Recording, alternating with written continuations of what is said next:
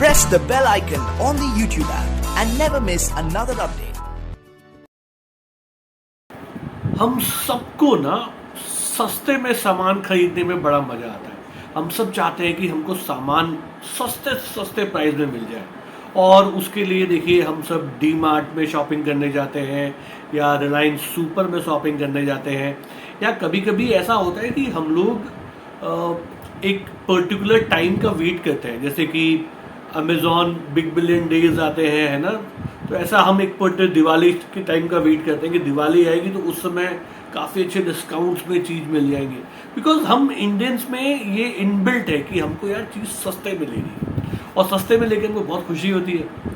तो आज के वीडियो में मैं आपको ये बताऊंगा कि भाई कैसे हम ये पता लगाएंगे कि स्टॉक का प्राइस जो है वो सस्ता है या अभी महंगा है। आज के वीडियो में हम ये पता करेंगे, ठीक है भैया। टॉपिक अच्छी है तो क्या कर रहे हो, एक लाइक पहले ठोक दो यार। क्या देखो मेरा चैनल डेड हो चुका है, जैसे पुराने यूट्यूबर्स के साथ हुआ है ना, वैसा मेरे साथ भी हो रहा है। तो भैया मेरा चैनल ऑलमोस्ट डेड है, तो एक लाइक कर देना यार अगर आपको अच्छा लगता है तो, ठीक है। चलो फटाफट जरा आज के टॉपिक पे चलते हैं। देखिए, स्टॉक महंगा है या सस्ता है, बिना आरएसआई के बता रहा हूं, बिना आरएसआई के हम अगर पता करना चाहते हैं तो आपको क्या करना पड़ेगा, उसके बुक वैल्यू को देखना पड़ेगा। तो आप जाके देखें कि उसका बुक वैल्यू क्या है। बुक वैल्यू फॉर एग्जाम्पल मैं ले रहा हूं, जैसे कि एक कोई स्टॉक है जिसका बुक वैल्यू 100 रुपए का है, तो अगर वो स्टॉक 100 रुपए के ऊपर चल रहा है, मान लो 300 रुपए का चल रहा है, तो वो स्टॉक महंगा है, वो स्टॉक थोड़ा सा महंगा है। बुक वैल्यू के नीचे है, यानी कि मान लो 30 रुपए का, 40 रुपए का, 50 रुपए का मिल रहा है, यानी कि वो स्टॉक जो है सस्ता है। तो बुक वैल्यू के हिसाब से हम ये पता लगाते हैं कि स्टॉक महंगा है या सस्ता है। कोई रेफरेंस तो होना चाहिए ना। आप कोई चीज देख के बोलोगे भाई देखो ये महंगा है या सस्ता है। जैसे मान लो मैं डी मार्ट में गया, तो कोई सामान जिसका एमआरपी 100 रुपए का है, अगर वो मान लो मुझे 90 रुपीज का मिल रहा है तो बोलूंगा सस्ता मिला। लेकिन अगर वो मुझे 100 रुपए का 100 रुपए पे ही मिल रहा है, या 200 माफ कीजिएगा 200 रुपए पे मिल रहा है, तो महंगा है। तो रेफरेंस पॉइंट जो है, हम बुक वैल्यू को लेके चलते हैं। आ रहा हूं। यहाँ पे कुछ मतभेद भी है। कुछ लोग बुक वैल्यू से ज्यादा स्टॉक के इंट्रिंसिक वैल्यू को ज्यादा महत्व देते हैं। अब इन दोनों को समझने के लिए कि बुक वैल्यू क्या है, इंट्रिंसिक वैल्यू क्या है, थोड़ा 2 मिनट दो, समझा देता हूं। कहीं जाने की जरूरत नहीं है, मैं समझा दूंगा। देखिए बुक वैल्यू क्या है। बुक वैल्यू ये कहती है कि मान लो कोई कंपनी है, उसके टोटल एसेट्स कितने हैं, उस कंपनी के पास टोटल एसेट्स कितने हैं। मान लो आज वो कंपनी बंद हो जाएगी, तो कल हम उसका जो भी सामान वामान है उसको बेच के कितने पैसे एकत्रित कर सकते हैं। जैसे मान लो कोई कंपनी बंद हो गई, फैक्ट्री बंद हो गई, तो भैया किसी जमीन पे उसका एक जमीन खुद की होगी, है ना, फैक्ट्री की मशीन्स होंगी, वो सारे बेच दिए, एफडी होंगे, वो सारे बेच के जो पैसा आता है वो उसके बुक वैल्यू में आता है। भाई उसकी एसेट्स है वो, उसको बुक वैल्यू कहते हैं।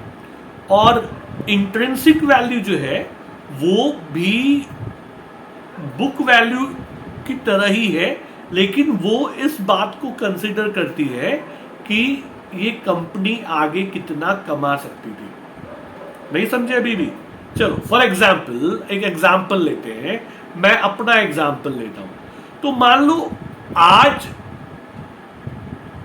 मैं आप लोग के सामने हूं, तो मेरे पास कुछ एसेट्स होंगे, मैंने कुछ एफडी किए होंगे, कोई आरडीज किए होंगे, मेरे सेविंग अकाउंट में कुछ पैसे होंगे, कुछ इंश्योरेंस करके रखे होंगे, है ना, बहुत सारी चीजें होंगी ऐसे जो मैंने करके रखी। तो ये सारे क्या हो गए, मेरे एसेट्स। मेरे घर होंगे, मैंने गांव में घर लिया होगा, है ना, बहुत सारी चीजें, सारे क्या हो गए, मेरे एसेट्स हो गए। तो अगर कल मुझे कुछ हो जाता है तो ये सारे जो पैसे हैं ये मेरे परिवार वाले यूज कर सकते हैं। तो ये हो गया एक बुक वैल्यू। अब देखो इंट्रिंसिक वैल्यू क्या है। मान लो मैं आज से 10 साल और जीता हूं, तो 10 साल आगे का मैं हर महीने कमाऊंगा भी ना, मेरी सैलरी भी तो आ रही है भाई, मैं कमाऊंगा तो इसको ऐड करता रहूंगा, कुछ और चीज खरीदूंगा, कुछ और चीज खरीदूंगा, तो मेरी इंट्रिंसिक वैल्यू ज्यादा हो सकती है। बुक वैल्यू से इंट्रिंसिक वैल्यू ज्यादा हो सकती है। लेकिन देखो हर बार ऐसा नहीं है कि स्टॉक हमेशा अपने बुक वैल्यू या इंट्रिंसिक वैल्यू के पास ट्रेड करे। क्यों? कोई बता तो देखो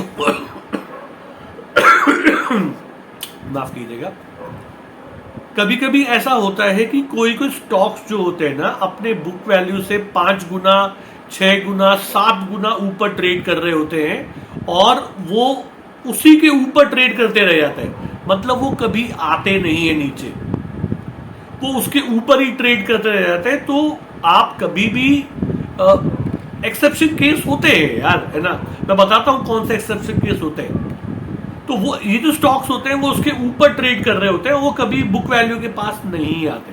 फॉर एग्जाम्पल जैसे कोई बहुत बड़ा ब्रांड है, बहुत बड़ा ब्रांड है ना, तो उसके साथ उसकी ब्रांड वैल्यू होती है, उस वजह से वो महंगा होता है। आपने देखा होगा एक आउटलेट कपड़े बनाता है, वो कपड़े जो बनते हैं उसके बाद उस कपड़े को एक बड़ी कंपनी खरीदती है और उस पे अपना लोगो लगा के उसको 10 गुना महंगे दाम में बेचती है। कपड़ा वही है, सब कुछ वही है, लेकिन यहाँ पे वो ब्रांड नेम लगने की वजह से उसके दाम में फर्क पड़ जाता है। समझे? तो वो जो ब्रांड नेम लग गया उसने उसके प्राइसेस को पूरा बदल दिया। एक घर है, मैं एक सोसाइटी में रहता हूं, उस सोसाइटी के सभी घर के जो दाम है वो सेम होंगे, है ना। लेकिन अगर मान लो उस सोसाइटी में कुछ समय के बाद सलमान खान रहने आ जाए या अक्षय कुमार रहने आ जाए या कोई और सेलिब्रिटी रहने आ जाए, तो रातों रात उस सोसाइटी की जो कीमत है, उनके फ्लैट्स की कीमत बदल जाएगी।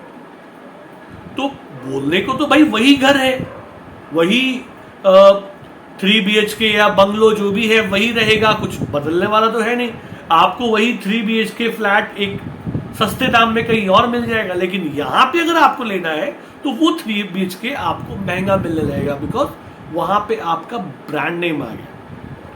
तो सेम वे कभी कभी ऐसा होगा कि कोई स्टॉक बुक वैल्यू के ऊपर चल रहा है, तो अगर आप सोचोगे कि यार ये बहुत महंगा है, तो आप शायद उस रेस से बाहर हो जाओ, क्योंकि वो ब्रांड की वजह से महंगा हो सकता है।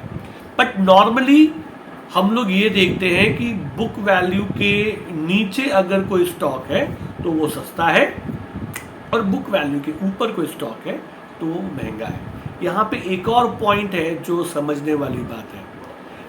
अगर कोई स्टॉक बुक वैल्यू के नीचे है या इंट्रिंसिक वैल्यू के नीचे है, ट्रेड कर रहा है, तो सिर्फ आंख बंद करके खरीद लेना समझदारी नहीं होती।